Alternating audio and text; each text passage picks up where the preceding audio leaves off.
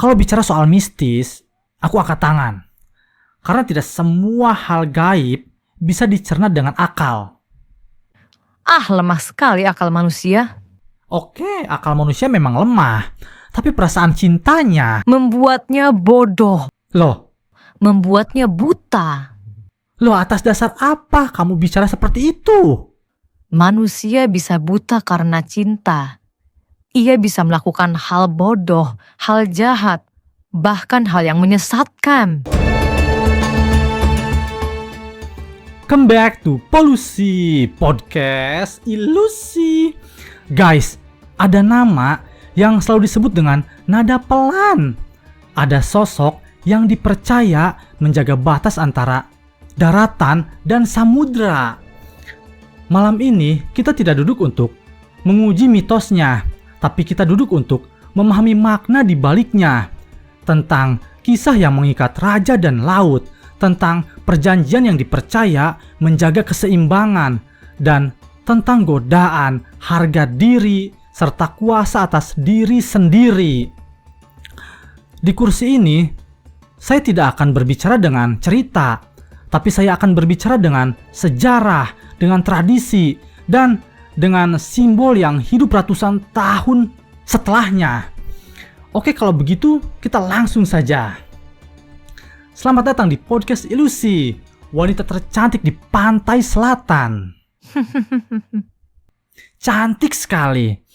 Aku pernah bermimpi tentang dirimu. Dalam mimpi itu, diperlihatkan dengan paras wajahmu yang sangat cantik. Tapi ketika aku terbangun dari tidur, aku tidak bisa mengingat wajah kamu kembali. Sangat sulit untuk kembali mengingatnya. Mungkin karena wajahku memang tidak untuk diingat dengan jelas. Maksudnya, memang sengaja dihilangkan dari ingatan. Ada hal-hal yang hanya boleh singgah sebentar. Cukup dirasakan, tapi tidak untuk diingat secara utuh. Tapi jujur, itu bikin penasaran. Rasanya nyata, tapi pas bangun, kosong. Ingatan tentang mimpi itu ada, tapi visualnya kosong. Susah banget untuk diingat. Karena mimpi itu bekerja dengan rasa. Yang tertinggal biasanya bukan wajahnya, tapi perasaan saat melihatnya. Nah, dan perasaan itu susah sekali dijelaskan. Nah, berarti mimpi itu berhasil. Kalau wajahku bisa diingat dengan jelas, barangkali itu bukan mimpi, tapi hanya sekedar ingatan biasa. Begitukah? Ya, Oke, soal mimpi nanti aku urus dengan pakar mimpi. Sebelum obrolan kita lebih jauh, aku mau tanya kunci dari pembahasan ini terlebih dahulu. Siapa kamu sebenarnya? Ratu Pantai Selatan. Nah, itu dia. Biasanya langsung dijawab, Ratu Pantai Selatan. Selesai. Tapi sepertinya tidak sesederhana itu. Tidak. Itu nama yang diberikan oleh orang-orang, bukan seluruhnya diriku. Maksudnya selain Ratu Pantai Selatan, ada identitas lain. Aku manusia. Oh. Pernah hidup, pernah takut, pernah berharap, dan tentu saja pernah terluka. Oh. Berarti misalnya, kalau bukan penguasa laut, bukan legenda pantai selatan, dan juga bukan mitos, kamu ini siapa? Aku seseorang yang kehilangan tempat pulang dan akhirnya menemukan rumah di tempat yang tidak pernah dipilih oleh manusia manapun. Kamu tersesat. Tersesat itu kata yang dipakai manusia kalau mereka nggak menemukan arah yang mereka kenal sebelumnya. Jadi menurutmu itu bukan tersesat? Lebih tepatnya, aku dipaksa mencari jalan lain. Dipaksa oleh keadaan? Oleh orang-orang yang dulu aku percaya, oleh rumah yang tiba-tiba menolak keberadaanku sendiri. Waduh. Berarti tempat pulang itu hilang dong?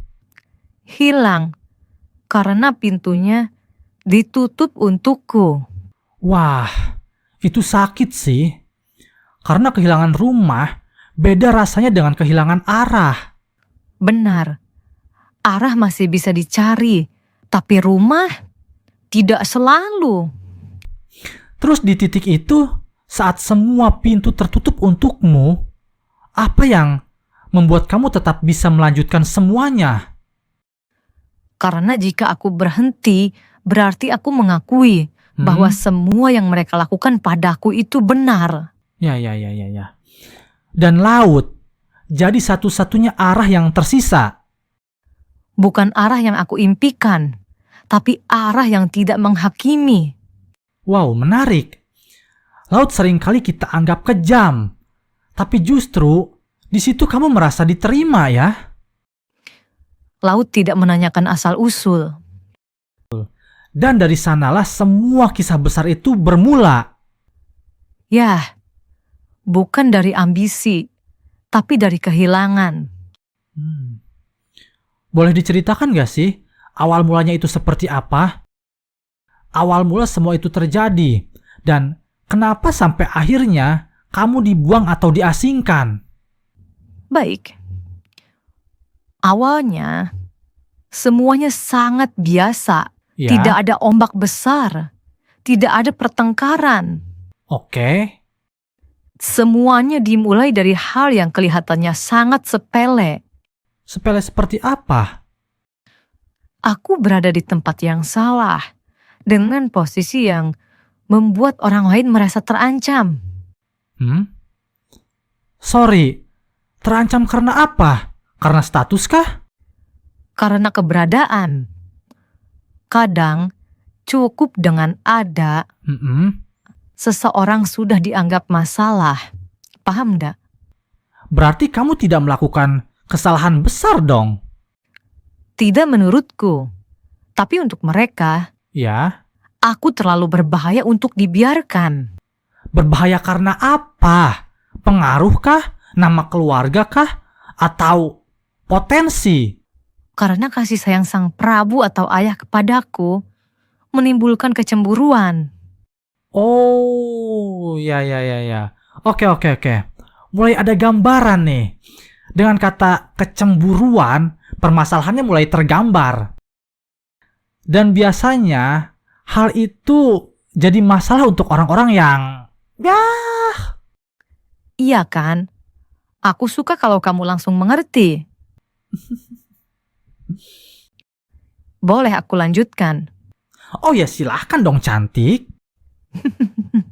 Buaya. Jadi ibu tiriku takut jika kasih sayang sang Prabu terlalu besar kepadaku dibandingkan pada anak-anaknya. Dan itu membuat orang-orang yang berkuasa merasa tidak aman. Pasti muncul fitnahan-fitnahan. Hasutan-hasutan. Dia menghasut Prabu agar mengusirku dari istana. Terus? Awalnya Prabu tidak memperdulikannya karena rasa sayangnya yang sangat besar terhadapku. Tapi hal itu membuat ibu tiriku semakin murka. Wah, tambah panas nih. Oh jelas, ia sampai menyewa beberapa dukun untuk menyingkirkanku dari istana loh. Wow, apa yang dia lakukan? Tiba-tiba diriku merasakan gatal yang luar biasa, yang tidak bisa aku tahan. Dan tidak disangka, gatal itu perlahan menjadi luka yang membusuk dan badavku menjadi borok. Hah? Luka itu mengeluarkan bau busuk yang sangat menyengat. Terus bagaimana dengan reaksi sang Prabu? Ayah mendatangkan banyak tabib untuk mengobatiku. Ya. Tapi percuma. Tidak ada satupun yang bisa menyembuhkan penyakitku itu. Ya, terus? Tentu itu menjadi aib besar untuk kerajaan. Dan akhirnya kesempatan itu diambil oleh ibu tiriku untuk kembali menghasut ayah. Wah. Jadi dia mulai menggunakan perannya sebagai antagonis di situasi itu. Ya, dia menghasut Prabu untuk mengasingkanku. Waduh. Ia berkata bahwa jika dibiarkan, penyakitku akan menyebar ke seluruh kerajaan dan menjadi wabah yang sulit untuk ditanggulangi. Terus akhirnya Prabu terhasut. Akhirnya Prabu terhasut dan aku diasingkan. Itu berat sih. Karena dibuang bukan cuma soal tempat, tapi juga soal identitas. Ya benar. Saat itu aku bukan lagi siapa-siapa. Tidak punya nama, tidak punya perlindungan. Terus bagaimana ceritanya kamu bisa sampai di Laut Selatan, sedangkan Pajajaran kan berada di barat? Sabar dulu dong sayang. Awalnya, aku tinggal di Gunung Kombang. Tapi suatu hari, saat diriku sedang bersemedi, aku mendengar bisikan dari suara yang mengaku bahwa ia sebagai ibuku. Ibumu? Ya, benar. Jadi suara itu menyuruhku pergi ke arah selatan Pakuan Pajajaran untuk mendapatkan kesembuhan. Tapi dari mana kamu tahu kalau itu benar suara ibumu? Bisa saja kan itu makhluk halus yang mengaku-ngaku. Ya, awalnya aku pun tidak percaya. Tapi suara itu memaksaku untuk percaya. Akhirnya kamu nurut. Karena aku putus asa dan apa yang aku harapkan lagi dari hidupku? Iya sih. Akhirnya, aku mengikuti suruhan dari suara itu. Meskipun tidak sepenuhnya yakin. Oke, terus?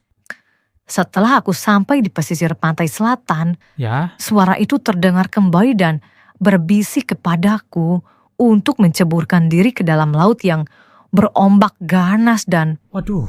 untuk menyatu dengan alam. Waduh, kamu nurut? Ya, tanpa berpikir panjang, aku melompat dengan penuh harapan akan kesembuhan. Lalu hasilnya? Hasilnya, lihatlah sekarang wajahku. Cantik sekali sih. Berarti ini bukan kisah ambisi, tapi kisah seseorang yang didorong keluar dari dunianya sendiri. Dan dipaksa membangun dunia baru dari sisa-sisa dirinya. Dan kenapa bisa sampai ke laut? Sedangkan manusia biasa kan tidak mungkin bisa hidup di dalam air, apalagi di laut. Izin. Karena saat itu, aku sudah tidak merasa menjadi manusia biasa lagi. Bagaimana maksudnya? Aku masih belum bisa mencerna nih. Manusia biasa hidup di dalam lautan. Aku mengerti kebingungan itu. Kau dilihat dari logika manusia, memang tidak masuk akal. Iya, makanya aku bingung. Karena kalau dipikir pakai akal sehat, ini terdengar mustahil loh. Sangat mustahil bahkan. Aku putri dari Prabu Siliwangi. Ya terus, kenapa bisa sampai hidup di laut? Tolong berikan aku penjelasan sehingga akalku bisa mengerti. Apakah kamu waktu itu mati setelah melompat dan akhirnya jiwamu menjadi penghuni laut atau bagaimana? Tolong buat aku mengerti. Buset bibet. Tidak, aku tidak mati dengan cara itu. Oke. Karena dari sudut pandang manusia nih, itu penjelasan yang paling masuk akal.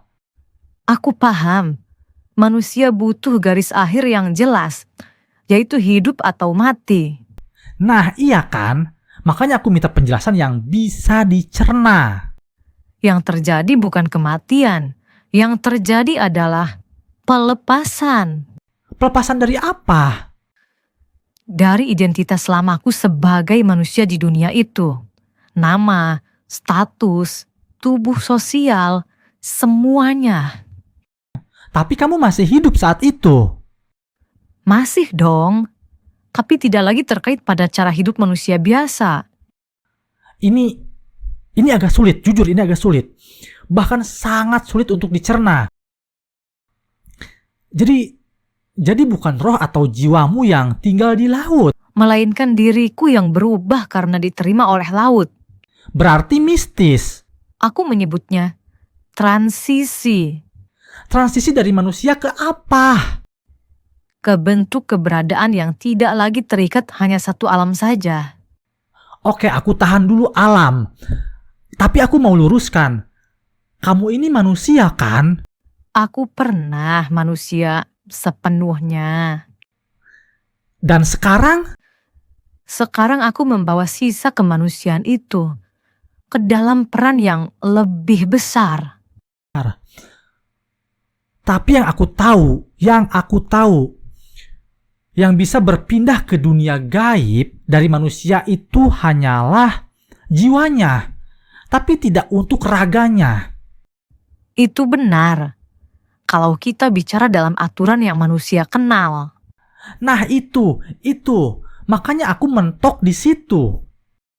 Karena manusia memisahkan segalanya dengan garis tegas.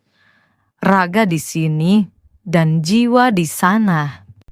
Dan itu yang aku pahami. Aku juga tumbuh dengan pemahaman yang sama. Terus, Ragaku memang tidak berpindah ke dunia lain seperti yang dibayangkan orang. Tapi ia berubah fungsinya. berubah fungsi. Ia berhenti hidup sebagai raga manusia biasa dan mulai beradaptasi sebagai bagian dari ruang yang baru. Oke, cukup. Nampaknya aku mulai stres untuk memahami ini. Kalau bicara soal mistis, aku angkat tangan. Karena tidak semua hal gaib bisa dicerna dengan akal. Lemah sekali akal manusia. Oke, akal manusia memang lemah. Tapi perasaan cintanya, Membuatnya bodoh. Membuatnya buta. atas dasar apa kamu bicara seperti itu? Manusia bisa buta karena cinta. Ia bisa melakukan hal bodoh, hal jahat, bahkan hal yang menyesatkan.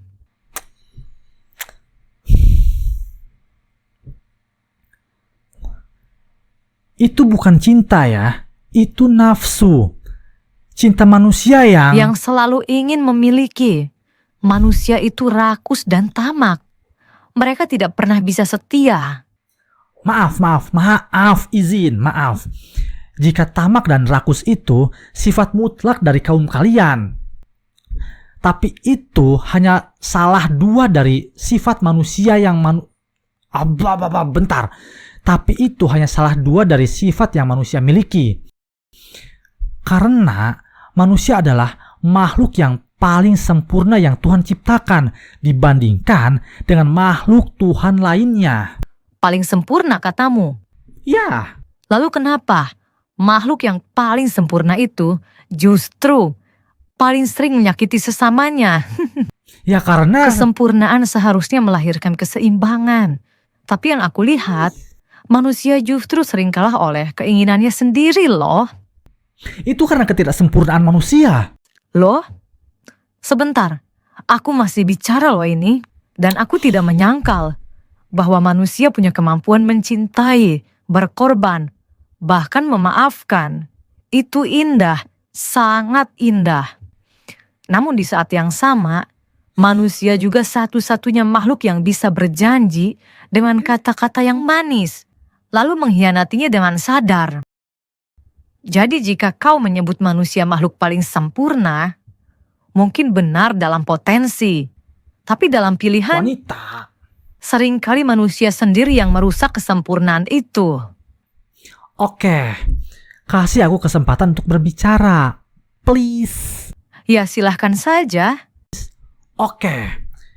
Jadi begini, ada yang harus dibedakan. Makhluk sempurna dan manusia sempurna. Makhluk sempurna, dengarkan ya Nyai. Makhluk sempurna karena manusia diciptakan dengan potensi yang paling lengkap dibandingkan makhluk lainnya, seperti akal, hati, dan nafsu.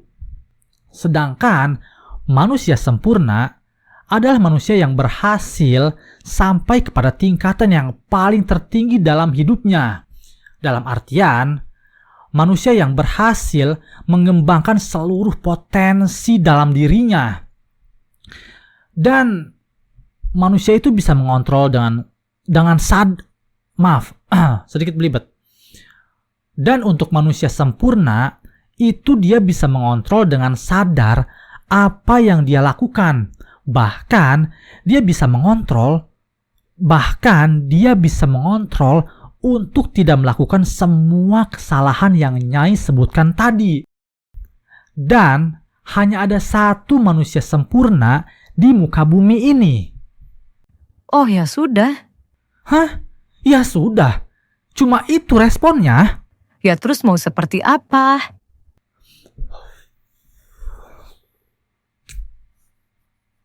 Sabar. Namanya juga wanita. Bentar. Oh ya. Nyai. Ada apa sih dengan warna hijau? Kenapa Nyai identik dengan warna tersebut? Dan apa benar jika ada orang yang memakai pakaian berwarna tersebut di pantai selatan, itu akan hilang diambil oleh Nyai?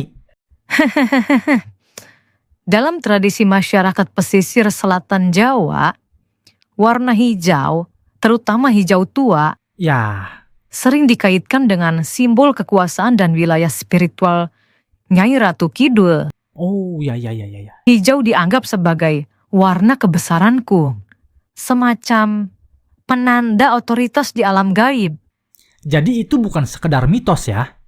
Mitos itu biasanya lahir dari sistem kepercayaan kolektif yang sudah terbentuk lama. Hijau dalam konteks kepercayaan Jawa bisa melambangkan kekuatan alam. Tapi masyarakat sering mengaitkannya dengan larangan seolah-olah memakai pakaian berwarna hijau di pantai selatan itu menantang Nyai, katanya. Hahaha. Larangan itu sebenarnya memiliki dua lapisan. Oh. Lapisan budaya, yaitu bentuk penghormatan terhadap entitas yang dipercaya menjaga wilayah tersebut. Dan lapisan praktis, secara visual, warna hijau di laut yang ombaknya besar bisa membuat seseorang sulit terlihat jika terseret arus. Logis. Terus bagaimana dengan anggapan bahwa orang yang memakai warna itu bisa diambil?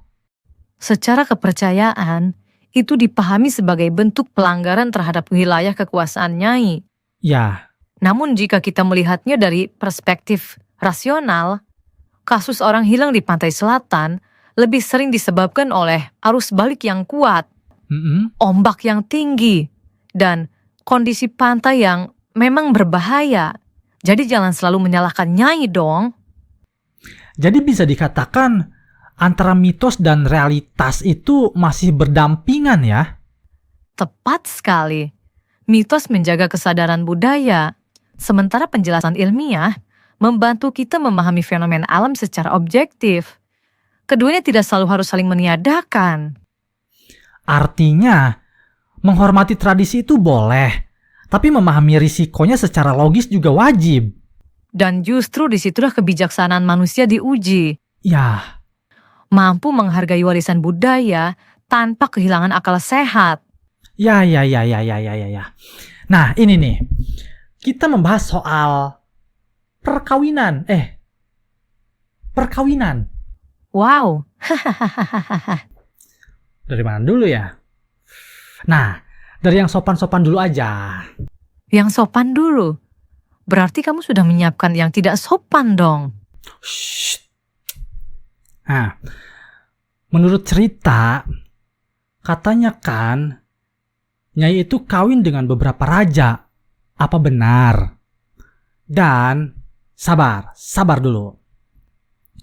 Di setiap perkawinan itu, terdapat sebuah perjanjian. Jadi bukan perkawinan biasa. Kalau yang kamu maksud kawin seperti manusia menikah secara lahiriah, tidak ada perkawinan secara lahiriah seperti manusia menikah.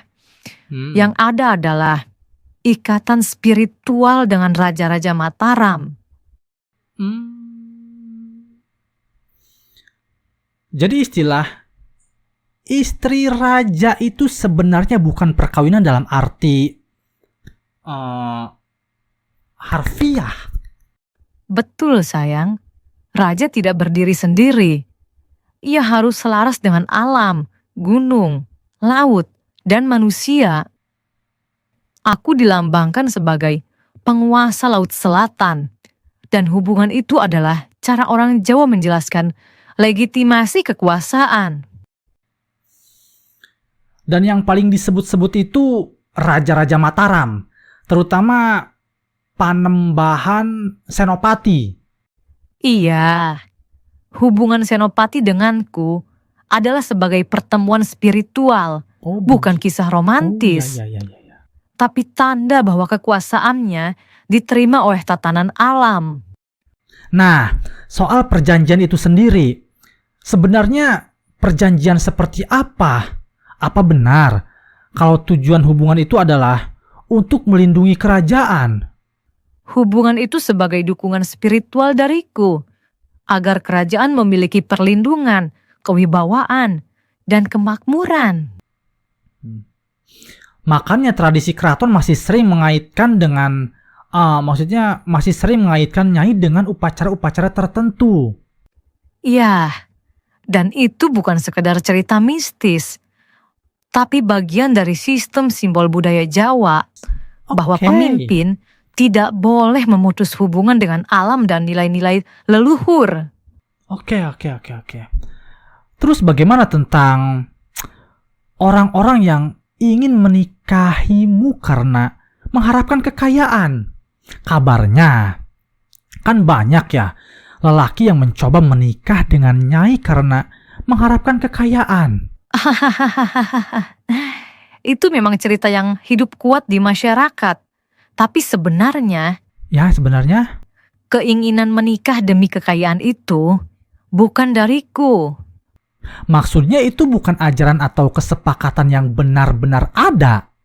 Tidak ada aku menawarkan kekayaan lewat pernikahan pribadi. Loh. Yang berkembang itu lebih ke kepercayaan rakyat.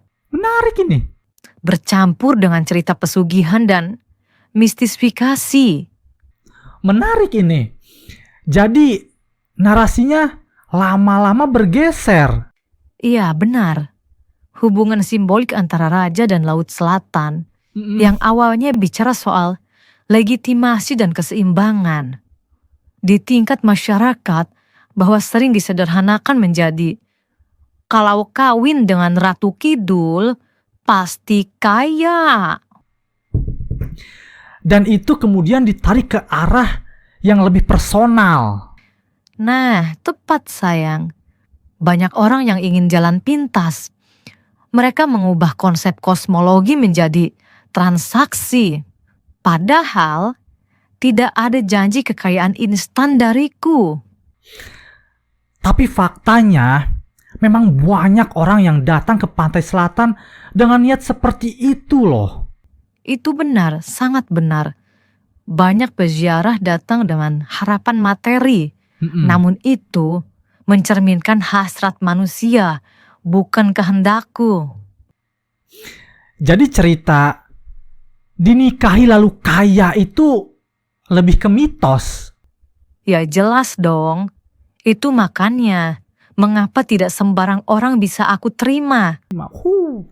Dan seandainya aku terima, mereka aku jadikan prajurit, bukan menjadi suami selayaknya.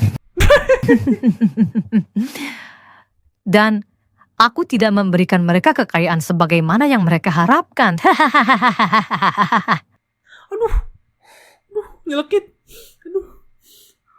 Memalukan ya.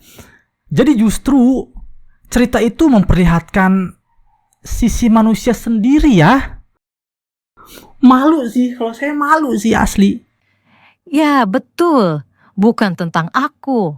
Tapi tentang bagaimana manusia sering lebih tergoda oleh janji kekayaan daripada makna yang sebenarnya. Tapi jujur ya Nyai, jujur ini, mohon izin.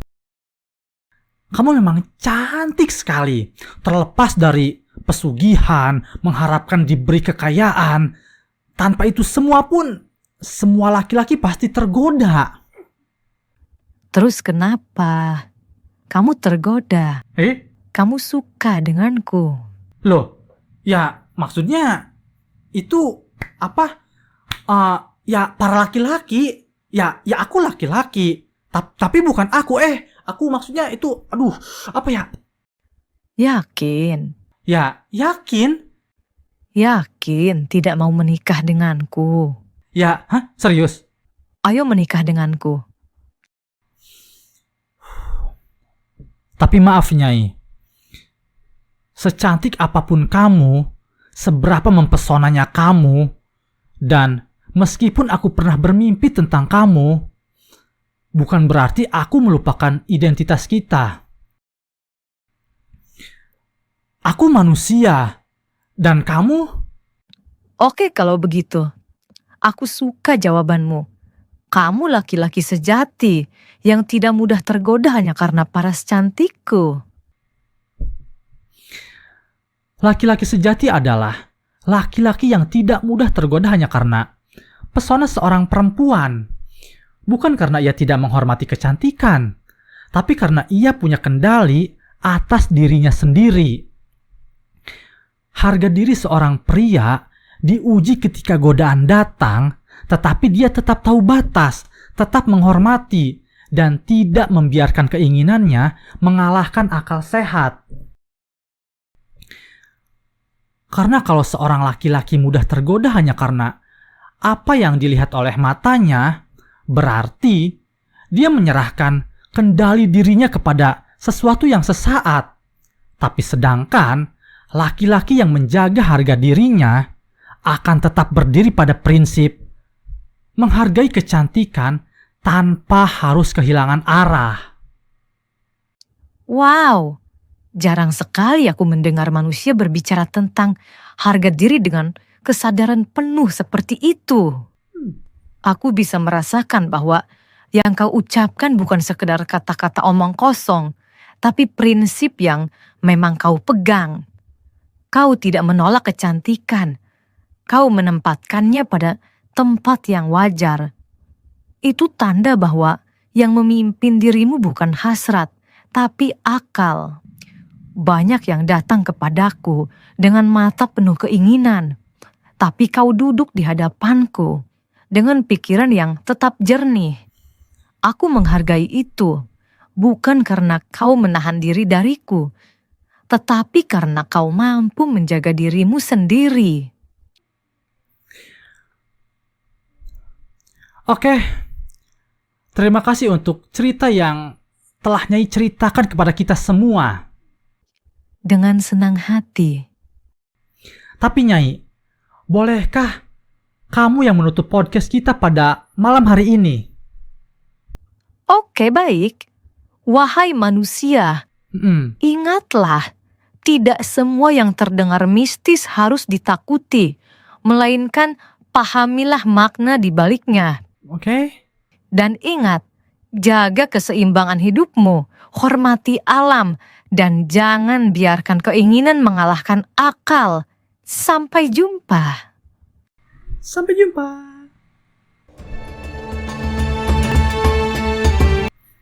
Gimana, udah mati kan? Mati kan? Nyai, maaf. Apakah tawaran tadi masih berlaku? Tawaran? Menikah denganmu? Hah? Bukankah kamu menolak dengan gagah tadi? Sepertinya aku berubah pikiran. Aduh, ternyata sama saja. Ya sudah, ayo kita menikah. Beneran? Gas!